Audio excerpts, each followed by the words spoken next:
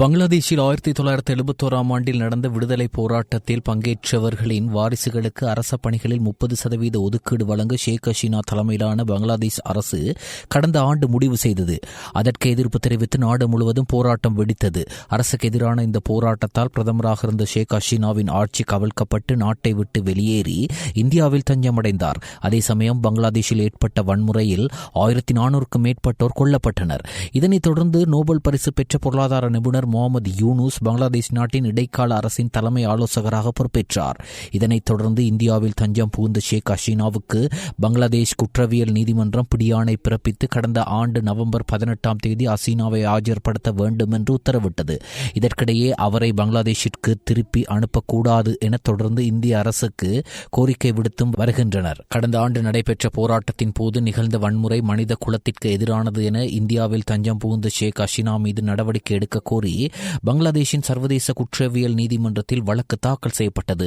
இந்த வழக்கில் இன்று தீர்ப்பு வெளியாக இருந்த நிலையில் நான் மீண்டும் வருவேன் என்ற ஆடியோவை ஷேக் ஹசீனா வெளியிட்டிருந்தார். இந்நிலையில் ஷேக் ஹசீனாவை குற்றவாளி என பங்களாதேஷின் சர்வதேச குற்றவியல் நீதிமன்றம் தீர்ப்பளித்ததோடு போராடியவர்கள் மீது கொடூர ஆயுத தாக்குதல் மற்றும் வான்வெளி தாக்குதல் நடத்தியது மனித குலத்திற்கு எதிரான திட்டமிட்ட வன்முறைக்கு மூளையாக ஷேக் ஹசீனா செயற்பட்டுள்ளார் என குறிப்பிட்டு நீதிபதி அவருக்கு மரண தண்டனை அறிவித்துள்ளார்.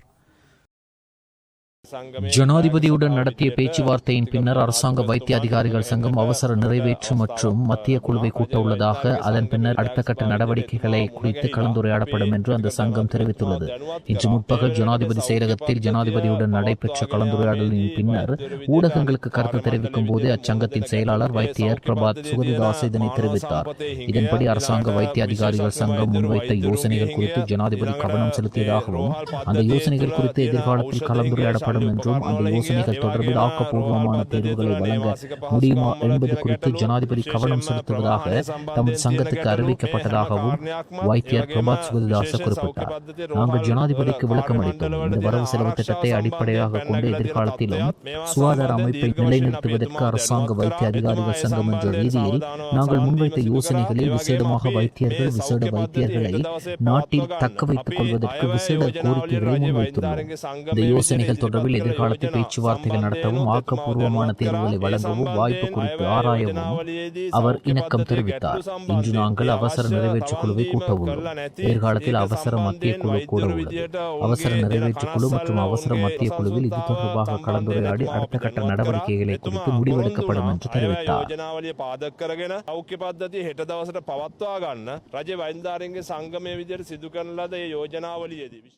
நாட்டில் கடுமையான ஆசிரியர் பற்றாக்குறையை எதிர்கொண்டிருந்த சமயத்தில் ஆசிரியர் அபிவிருத்தி உத்தியோகத்தர்கள் பல ஆண்டுகளாக பல தியாகங்களை செய்து 41 லட்சத்துக்கு மேலான பாடசாலை பிள்ளைகளுக்கு கல்வியை புகட்டினர். 22,000 ஆசிரியர் அபிவிருத்தி உத்தியோகத்தர்கள் இவ்வாறு இலவச கல்வியை வலுப்படுத்தினர். இன்று இவர்களில் 16,600 பேர் காணப்படுகின்றனர். ஏனையோர் விரக்தியில் விலகிச் சென்றுள்ளனர். இந்த அரசாங்கம் எதிர்க்கட்சியில் இருந்த சமயம் தேர்தல் காலங்களில் இந்த ஆசிரியர் அபிவிருத்தி உத்தியோகத்தர்களை ஆசிரியர் சேவையில் நிரந்தரமாக இணைத்துக் கொள்வோம் என தீர்மானங்களையும் வாக்குறுதிகளையும் மற்றும் உறுதிமொழிகளையும் வழங்கியது. ஆனால் இன்று இந்த வாக்குறுதிகள் இன்று வரை நிறைவேற்றப்படவில்லை என எதிர்க்கட்சித் தலைவர் சஜித் பிரேமதாச தெரிவித்தார். ஆசிரியர் அபிவிருத்தி உத்தியோகத்தர்கள் மற்றும் வேலையில்லா பட்டதாரிகள் இன்று கொழும்பு ஜனாதிபதி செயலகத்திற்கு முன்னால் அமைதி வழியிலான போராட்டத்தை முன்னெடுத்திருந்தனர். குறித்த ஆர்ப்பாட்ட இடத்திற்கு விஜயம் செய்து அவர்களின் பிரச்சினைகள் தொடர்பில் ஆராய்ந்த பின்னர் கருத்து தெரிவிக்கையில் எதிர்க்கட்சித் தலைவர் சஜித் பிரேமதாச இவ்வாறு தெரிவித்தார்.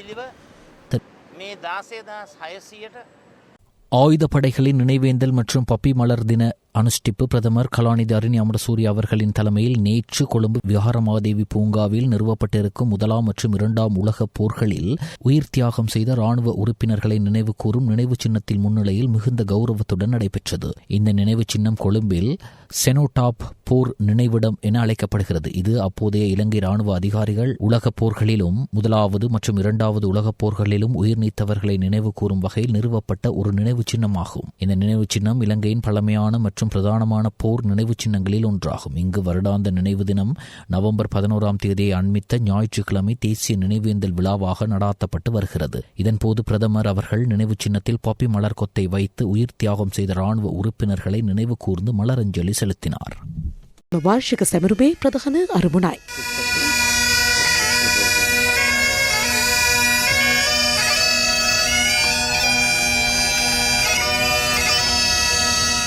முன்னாள் அமைச்சர் கேலிய ரம்புக்வெல்ல, அவரது மகன் ரம்பித் ரம்புக்வெல்ல மகள் உள்ளிட்ட 4 பிரதிவாதிகள் மீது லஞ்ச ஒழிப்பு ஆணைக்குழுவால் தாக்கல் செய்யப்பட்ட 2 வழக்குகள் தொடர்பாக கொழும்பு மேல் நீதிமன்றில் குற்றப்பத்திரிகை தாக்கல் செய்யப்பட்டுள்ளது. கொழும்பு மேல் நீதிமன்ற நீதிபதி முகமது மிஹால் முன்னிலையில் இந்த குற்றப்பத்திரிகை தாக்கல் செய்யப்பட்டது.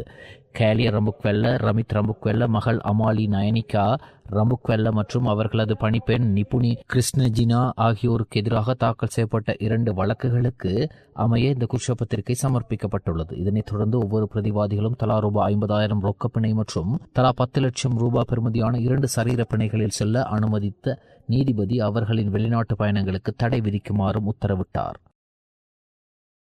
2025 ஆண்டின் முதல் 10 மாதங்களுக்கான மொத்த சுற்றுலா வருவாய் 2659 மில்லியன் அமெரிக்க டாலர்கள் என இலங்கை மத்திய வங்கி தெரிவித்துள்ளது. 2025 அக்டோபர் மாதத்தில் மட்டும் பதிவான சுற்றுலா வருவாய் 186.1 மில்லியன் டாலர்களாகும். இது 2024 ஆண்டின் முதல் 10 மாதங்களில் பதிவான சுற்றுலா வருவாயான 2533.7 மில்லியன் டாலர்களுடன் ஒப்பிடுகையில் 4.9% அதிகரிப்பாகும் என்று மத்திய வங்கி குறிப்பிட்டுள்ளது.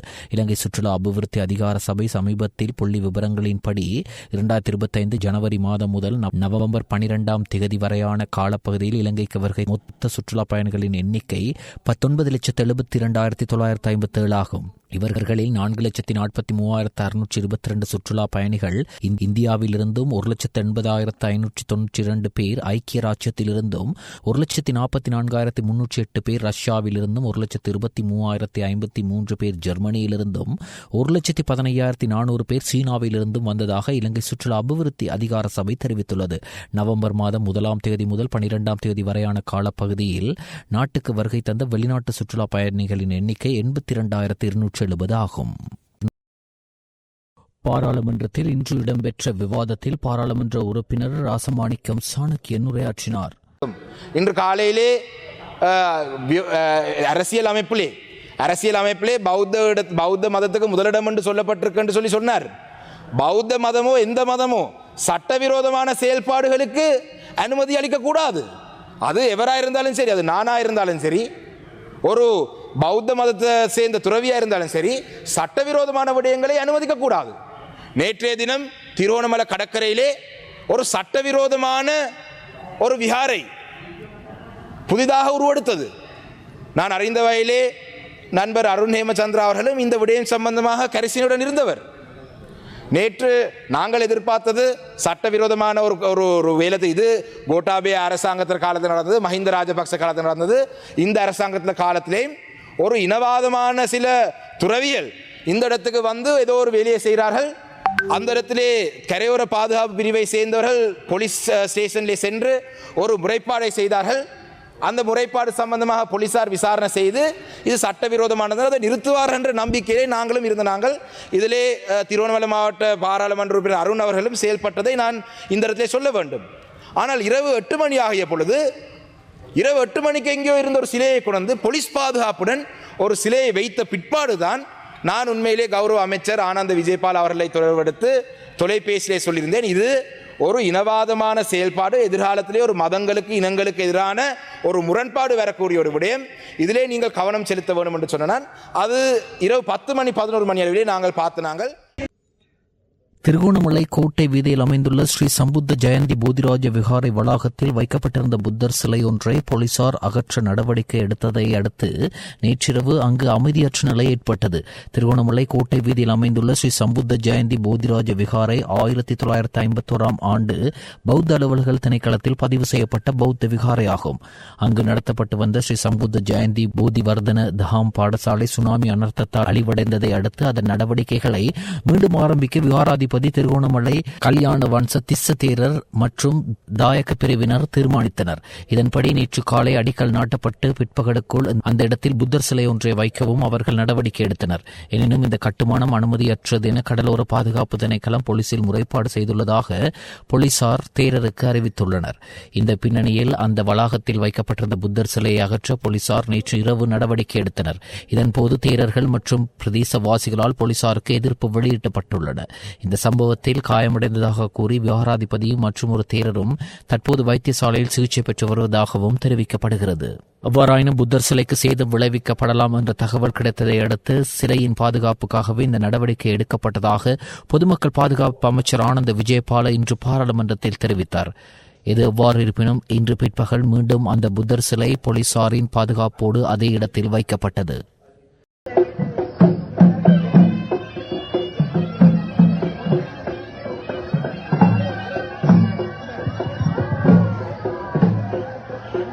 பாராளுமன்றத்தில் இன்று இடம்பெற்ற விவாதத்தில் பாராளுமன்ற உறுப்பினர் காதர் மஸ்தான் உரையாற்றினார். முக்கியமாக தொழில் நிமித்தம் தொடர்ச்சியாக நீண்ட காலம் வாழ்வோரின் வருமானம் எமக்காக பாரிய வெளிநாட்டு செலவாணியை கொண்டு வருகின்றனர். இவ்வாறான சூழ்நிலைகளில் தமது கடவுச்சீட்டுகளில் பாவனை காலம் நிறைவடைகின்ற சந்தர்ப்பங்களில் அவற்றை சமர்ப்பிக்கின்ற போது நீண்ட காலதாமதம் மற்றும் பல்வேறு சிரமங்களுக்கு முகம் கொடுக்கின்றனர். இவ்வாறான சூழ்நிலைகள் தவிர்க்கப்பட வேண்டும். முதலாவதாக வெளிநாடுகளில் உள்ள எமது தூதரகங்களின் தேவையான அனைத்து ஆவணங்களுடனும் கடவுச்சீட்டு புதுப்பிக்க சமர்ப்பிக்கப்பட்டு எத்தனை நாட்களுக்குள் புதுப்பித்து மீள வழங்கப்படுகின்றது. 2024 ஆண்டும் அதற்கு முந்தைய ஆண்டுகளிலும் மற்றும் 2025 ஆண்டின் இன்று வரைக்கும் கிடைக்கப்பெற்ற விண்ணப்பங்கள் ஆண்டு வாரியாக எத்தனை? அரச வைத்தியசாலை கட்டமைப்பில் ஏற்பட்டுள்ள நெருக்கடிகளுக்கு 2026 ஆண்டுக்கான வரவு செலவு திட்டத்தில் உரிய தீர்வுகள் வழங்கப்படும் என நாம் எதிர்பார்த்த போதும் எமது எதிர்பார்ப்புகள் தற்போது பொய்யாகியுள்ளன. ஆகையால் அரசாங்கத்தின் இத்தகைய செயற்பாடுகளுக்கு எதிர்ப்பு தெரிவித்து வைத்தியர்கள் போராட்டத்தில் ஈடுபட தீர்மானித்துள்ளனர் என அரச வைத்திய அதிகாரிகள் சங்கத்தின் செயலாளர் வைத்தியர் பிரபாத் சுகததாஸ் தெரிவித்தார். வைத்தியசாலையில் முன்னெடுக்கப்பட உள்ள தொழிற்சங்க நடவடிக்கைகள் தொடர்பில் கொழும்பில் நேற்று ஊடகங்களுக்கு கருத்து தெரிவித்த போதே அவர் இவ்வாறு தெரிவித்தார். மேலும் அரச வைத்திய அதிகாரிகளின் சங்கம் நவம்பர் 17 இன்று நாடளாவிய ரீதியில் தொழில்முறை நடவடிக்கையில் ஈடுபட தீர்மானித்துள்ளது. வைத்தியர்களை நாட்டில் உள்ள விசேட ஊழியர் குழுவினராக அடையாளம் கண்டு அங்கத்தவர்களுக்கு சம்பளம் மற்றும் சலுகைகள் வழங்குவது அவசியம். ஆகையால் வைத்தியர்களுக்காக ஒதுக்கப்பட்டுள்ள கொடுப்பனவு, மேலதிக சேவைகளுக்கான கொடுப்பனவு மற்றும் விடுமுறை கால கொடுப்பனவு தொடர்பிலும் அரசாங்கம் கவனத்தில் கொள்வது அவசியம். போதைப்பொருள் ஒழிப்புக்கான புதிய அவசர நடவடிக்கைகளை மேற்கொள்ள உள்ளதாக பொதுமக்கள் பாதுகாப்பு மற்றும் பாராளுமன்ற அலுவல்கள் அமைச்சர் ஆனந்த விஜயபால குறிப்பிட்டுள்ளார். களுத்துறையில் நேற்று நடைபெற்ற ஊடகவியலாளர் சந்திப்பில் கருத்து தெரிவிக்கும் போதே அவர் இதனை தெரிவித்தார். அரசு நிர்வாகத்தில் போதைப்பொருள் தடுப்பு குழுக்கள் நியமிக்கப்படும். நவம்பர் 17 முதல் அரசு நிர்வாக செயலாளர் ஊடாக ஒரு சுற்று நிருபம் வெளியிடப்படும். அனைத்து அமைச்சுக்கள், திணைக்களங்கள் மற்றும் அரசு நிறுவனங்களிலும் உடனடியாக போதைப்பொருள் தடுப்பு குழுக்கள் அமைக்கப்படும். தங்கள் நிறுவனங்களை போதைப்பொருள் இல்லாத இடமாக உறுதிப்படுத்துவதுதான் நிறுவன தலைவர்களின் பிரதான பொறுப்பு. நிறுவனங்களுக்குள் போதைப்பொருள் கடத்தல்காரர்கள் அல்லது பயன்பாட்டாளர்கள் இருந்தால் அவர்கள் மீது விசாரணை நடத்தி அவர்களை போலீசாரிடம் ஒப்படைக்க வேண்டும். இவ்வாறான நபர்கள் சில நிறுவனங்களில் இருப்பது கண்டறியப்பட்டுள்ளது. கல்வி செயலாளர் ஊடாக மற்றும் ஒரு சுற்றறிக்கை வெளியிடப்படும். அனைத்து பாடசாலைகள், பல்கலைக்கழகங்கள் மற்றும் கல்வி நிறுவனங்களில் போதைப்பொருள் தடுப்பு குழுக்கள் நிறுவப்படும். மேல்மட்ட பாடசாலைகள் முதல் கிராமப்புற பாடசாலைகள் வரை போதைப்பொருள் பயன்பாடு குறித்து தகவல்களை போலீசாருக்கு கிடைத்துள்ளன. இதன் அடிப்படையில் ஏற்கனவே சோதனை மற்றும் சுற்றி வளைப்புகள் நடைபெற்று வருகின்றன. போதைப்பொருள் தொடர்பான தகவல்களை பொதுமக்கள் வழங்க 181 என்ற புதிய தொலைபேசி இலக்கம் அறிமுகப்படுத்தப்பட்டுள்ளது. போதைப்பொருள் தேசிய சபையின் புதிய அலுவலகம் நவம்பர் 22 திறக்கப்பட உள்ளது. தற்காலிகமாக ஜனாதிபதி அலுவலகத்தில் இயங்கி வரும் இந்த தகவல் மையத்திற்கு முதல் 3 நாட்களில் 800 புகார்களும் அடுத்த 5 நாட்களில் மேலும் 10 புகார்களும் வந்துள்ளன. இந்த தகவல்களின் அடிப்படையிலேயே தற்போது சம்பந்தப்பட்ட இடங்களில் சுற்றி வளைப்புகள் மேற்கொள்ளப்படுகின்றன என அவர் தெரிவித்தார். கடந்த நாட்களில் திசமாராம கிரிந்த பிரதேசத்தில் கண்டுபிடிக்கப்பட்ட போதைப்பொருள் தொகையை இலங்கை கடற்பகுதிக்கு கடத்தி வந்ததாக சந்தேகிக்கப்படும் பல நாள் மீன்பிடி படகு ஒன்று கண்டுபிடிக்கப்பட்டுள்ளது. போலீஸ் போதைப்பொருள் ஒழிப்பு பணியகத்தின் மாத்தறை அலுவலக அதிகாரிகளால் நேற்று முன்தினம் தங்காலையில் வைத்து இந்த படகு கண்டுபிடிக்கப்பட்டுள்ளது. இந்த படகுடன் 5 சந்தேக நபர்களும் அதிகாரிகளால் கைது செய்யப்பட்டுள்ளனர். நுவரெலியா மாவட்டம் வெஸ்டடோ தோட்டம் மணிகண்டன் மங்கள ஐயப்பன் ஆலயத்தில் சபரிமலை யாத்திரை மாலை அணிவிப்பதற்கான ஆரம்ப பூஜை இடம்பெற்றது. விநாயகர் வழிபாட்டுடன் ஆரம்பிக்கப்பட்ட விசேட திரவியங்கள் மற்றும் மூலிகைகளால் விசேட யாகம் பூஜை நடத்தப்பட்டது. தொடர்ந்து பூர்ணாகுதி இடம்பெற்று விநாயகருக்கும் ஐயப்பனுக்கும் பால், நீர், இளநீர், விபூதி, சந்தனம், குங்குமம் போன்றவற்றால் அபிஷேகம் செய்யப்பட்டது. தொடர்ந்து அடியார்களுக்கு விபூதி பிரசாதம் வழங்கி வைக்கப்பட்டது.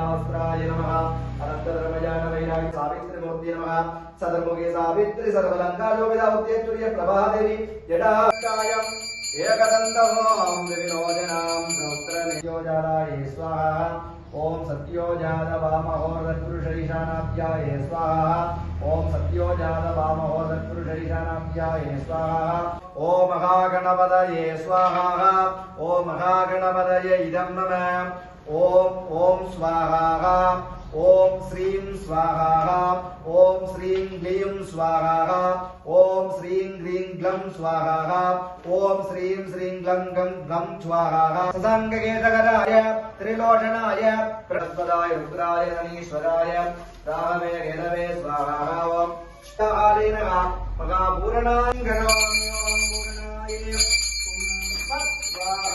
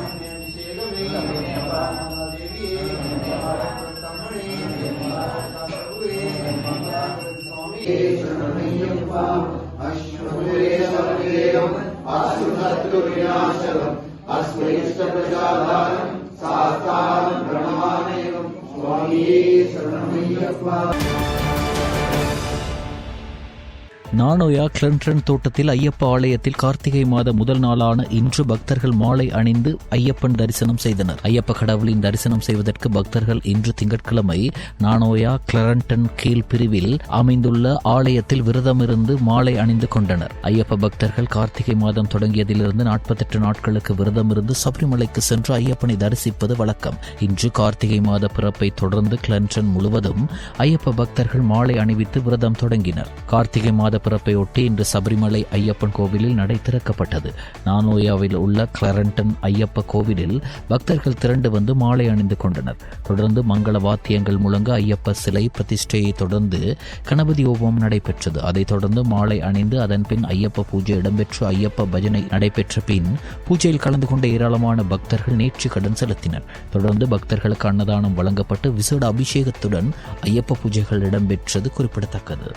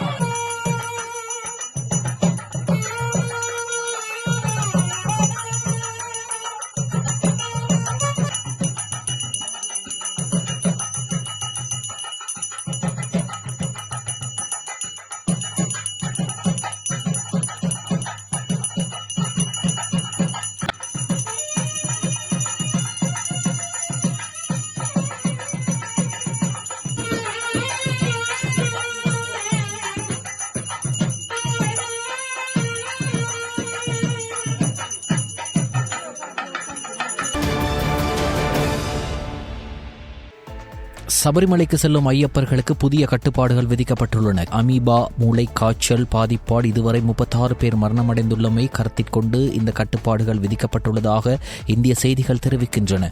கேரளாவில் அமீபா மூளை காய்ச்சல் பாதிப்பால் உயிரிழப்புகள் அதிகரித்து வருகிறது. இந்நிலையில் சபரிமலையில் மண்டல மகரவிளக்கு பருவம் இன்று தொடங்கி ஜனவரி மாதம் 20ஆம் தேதி வரை 65 நாட்கள் நடக்கிறது. இதனை முன்னிட்டு லட்சக்கணக்கான பக்தர்கள் விரதம் இருந்து இருமுடி கட்டி ஐயப்ப சுவாமியை தரிசனம் செய்வதற்கு வருகை தருவார்கள். அவ்வாறு வரும் பக்தர்களின் வசதிக்காக சபரிமலை ஐயப்பன் கோவில் தேவசம் போர்டு வாரியம் பல்வேறு முன்னேற்பாடுகளை செய்து வருகிறது. இந்நிலையில் சபரிமலைக்கு வரும் பக்தர்களின் பாதுகாப்பு கருதி கேரள மாநில சுகாதாரத்துறை பல்வேறு முக்கிய கட்டுப்பாடுகளை விதித்துள்ளது. தேங்காய் நீரில் வாழும் அமீபாவால் மூளைக்காய்ச்சல் ஏற்படும் அபாயம் உள்ளதால் ஐயப்ப பக்தர்கள் நீர்நிலைகளில் குளிக்கும் போது எச்சரிக்கையாக இருக்க வேண்டும் என தெரிவிக்கப்பட்டுள்ளது. மேலும் பக்தர்கள் ஆறுகள் குளங்களில் குளிக்கும் போது மூக்கு மற்றும் வாய்ப்பகுதிகளை நன்றாக மூடியபடி குளிக்க வேண்டும் என்றும் குளிக்க பயன்படுத்திய துணியை நன்றாக உதறிய பிறகு தலை மற்றும் முகத்தை துடைக்க வேண்டும் எனவும் தெரிவிக்கப்பட்டுள்ளது. அதேபோல் பக்தர்கள் கண்டிப்பாக கொதித்து வைத்த தண்ணீரையே குடிக்க வேண்டும் என்றும் சபரிமலை உள்ளிட்ட இடங்களில் திறந்த வெளிகளில் மலம் கழிக்க தடை இருப்பதால் சுகாதாரமான கழிப்பறைகளை பக்தர்கள் பயன்படுத்த வேண்டும் எனவும் அறிவுறுத்தப்பட்டுள்ளது. இலங்கை உள்ளிட்ட பல்வேறு நாடுகளைச் சேர்ந்த ஐயப்ப பக்தர்களும் மாலை அணிந்து விரதம் கடைபிடித்து சபரிமலைக்கு செல்கின்றமை குறிப்பிடத்தக்கது.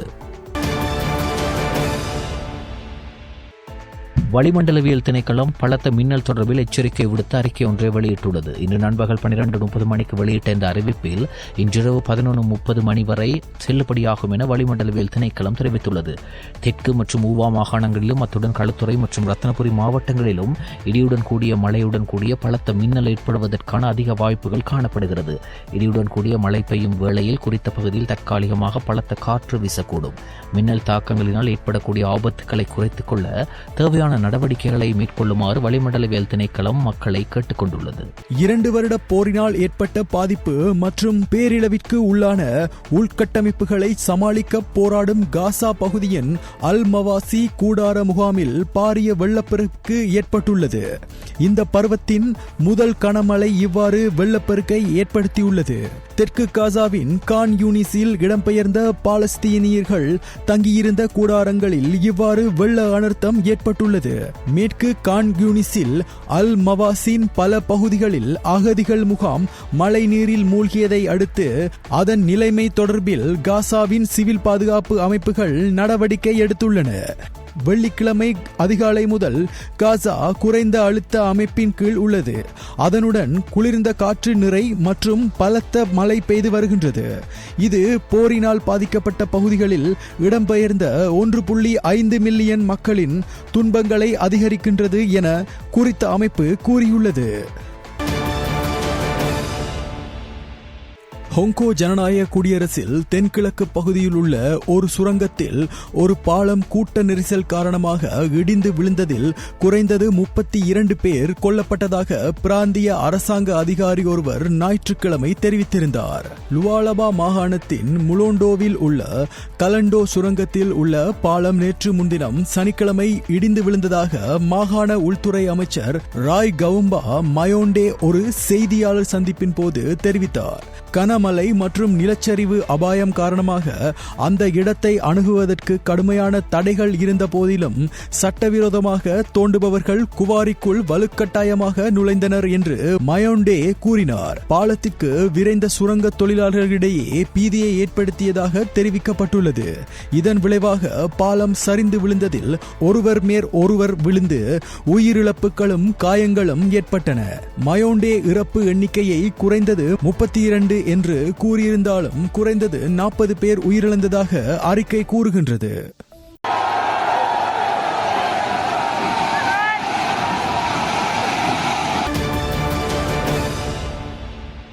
டெல்லி செங்கோட்டை மெட்ரோ நிலையம் அருகே கார் குண்டுவெடிப்பு சம்பவம் நடந்து இருந்தது.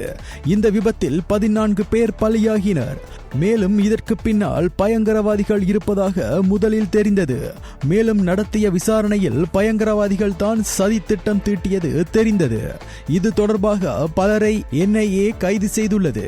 இந்த நிலையில் டெல்லி கார் குண்டுவெடிப்பு சம்பவம் ஒரு தற்கொலைப்படை தாக்குதல் என்று NIA அதிகாரபூர்வமாக அறிவித்துள்ளது.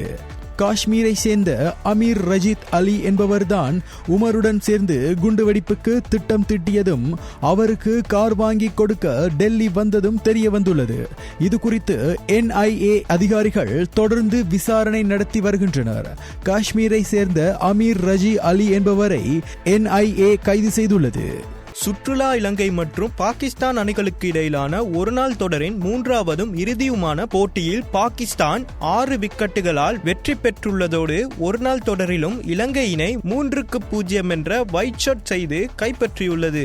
ராவல்பிட்டியில் முன்னர் ஆரம்பித்த இந்த போட்டியில் நாணய சுழற்சியில் வெற்றி பெற்ற பாகிஸ்தான் முதலில் இலங்கையை துடுப்பாட பணித்தது. சரித் அசலங்கவிற்கு பதிலாக இந்த போட்டியில் குசல் மெண்டிஸ் மூலம் வழிநடாத்தப்பட்டது. இதனை அடுத்து துடுப்பெடுத்தாடிய இலங்கை அணி சிறந்த ஆரம்பம் பெற்ற போதும் பின்னர் தடுமாறியது. இலங்கை அணிக்காக ஆறுதல் வழங்கிய துடுப்பாட்டம் ஒன்றை சதீர சமரவிக்ரம மாத்திரம் வெளிப்படுத்தினார். அத்துடன் அறிமுக வீரரான பவன் ரத்நாயகவும் சற்று பொறுப்புடன் ஆடினார். தொடர்ந்து 45.2 ஓவர்களில் அனைத்து விக்கெட்டுகளையும் இழந்த இலங்கை அணியானது 211 ஓட்டங்கள் மாத்திரமே பெற்றது. இலங்கை துடுப்பாட்டத்தில் சதீர சமரவிக்ரம 48 ஓட்டங்களையும் பவன் ரத்நாயக 32 ஓட்டங்களையும் குசல் மெண்டிஸ் 34 ஓட்டங்களையும் பெற்றனர். பாகிஸ்தான் அணியினது பந்து வீச்சில் முகமது வஷீம் 3 விக்கெட்டுகளையும் ஹரிஸ் ரவூப் மற்றும் பைசார் ஆக்ரம் ஆகியோர் தலா 2 விக்கெட்டுகள் வீதமும் கைப்பற்றியுள்ளனர். பின்னர் சவால் குறைந்த 212 ஓட்டங்கள் என்ற இலக்குடன் களமிறங்கிய பாகிஸ்தான் அணிக்கு ஆரம்ப வீரர்களில் ஒருவரான பக்கர் சமான் சிறப்பான தொடக்கத்தை வழங்கினார். அதனை அடுத்து சற்று தடுமாறிய அவ்வணிக்கு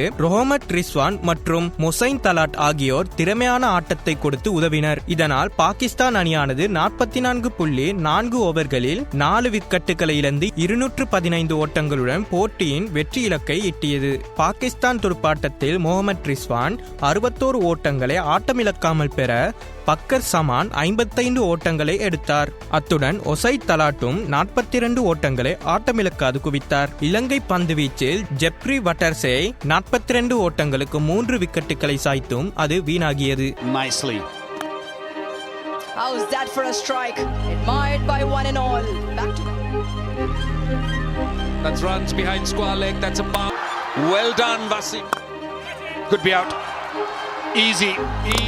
Ball in. Take the series